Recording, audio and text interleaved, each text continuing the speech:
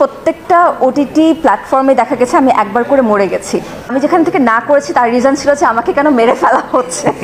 যদি আমি বলি যে কন্টেন্টটা আমার চুজ করার কারণকে, আমি সবসময় বলি যে আমি আসলে গল্পের পোকা, চরিত্রগুলো যদি ভালো লাগে তাহলে আমার কাজ করাটা অনেক আমার জন্য সুবিধাজনক হয়ে যায়। তো রাকেশ ভাই যখন আমার কাছে প্রথমে এই গল্পটার প্রস্তাবনা নিয়ে আসেন, তখন উনি আসলে আমাকে মাহা চরিত্রটি প্রস্তাব করেছিলেন।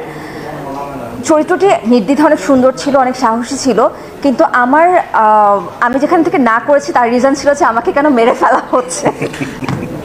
এবং আমার যতগুলো ওটিটি কন্টেন্ট আছে প্রত্যেকটা ওটিটি প্ল্যাটফর্মে দেখা গেছে আমি একবার করে মরে গেছি, সেটা যে কোনো ওটিটি প্ল্যাটফর্মেই হোক না কেন। তো আমি চাইনি আসলে নতুন করে আবার আমি মরে যাই কোনো নতুন প্ল্যাটফর্মের জন্য, নতুন ওটিটি প্ল্যাটফর্মের জন্য। তখন আমি বলি যে ভাইয়া আসলে আমি এই চরিত্রটি করতে চাচ্ছি না, এটা ছাড়া আপনি আমাকে অন্য আর কোনো অপশনে ভাবতে পারেন কিনা। তো তখন ভাইয়া একদিন পর আমাকে জানান যে উনি আমাকে দিনার ভাইয়ের বিপরীতে চাচ্ছে। তখন আমার কাছে মনে হচ্ছিল যে প্রথমটাকে না বলে ভুল করেছি, কারণ দিনার ভাইয়ের বিপরীতে চরিত্রটাকে পোর্ট্রে করাটা আরও বেশি টাফ। কারণ মনটাই ভালো ছিল, ওটা বেশি ইজিয়ার ছিল, কিন্তু টাফ এবং একই সাথে ভালো লাগছিল।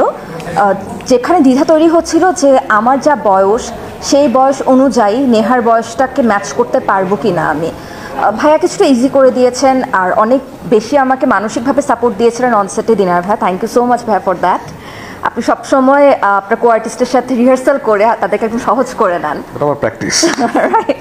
So I am very glad to be a part of this project. ননসেন্সে আমার পারফরমেন্স নিয়ে আমি কিছু বলবো না, কারণ আমি সবসময় বিলিভ করি আমি প্রচুর অ্যামেচার পারফরমেন্স দিই, কিন্তু খুব ভালো একটা গল্পের সাথে যুক্ত হতে পেরেছি, খুব ভালো সহশিল্পী পেয়েছি, একজন ভালো নির্মাতা পেয়েছি, এবং একটা ডিফারেন্ট ক্যারেক্টার আমি পোর্ট্রে করতে পেরেছি। তার জন্য আমি অনেক বেশি হ্যাপি ছিলাম আসলে ননসেন্সে কাজ করতে।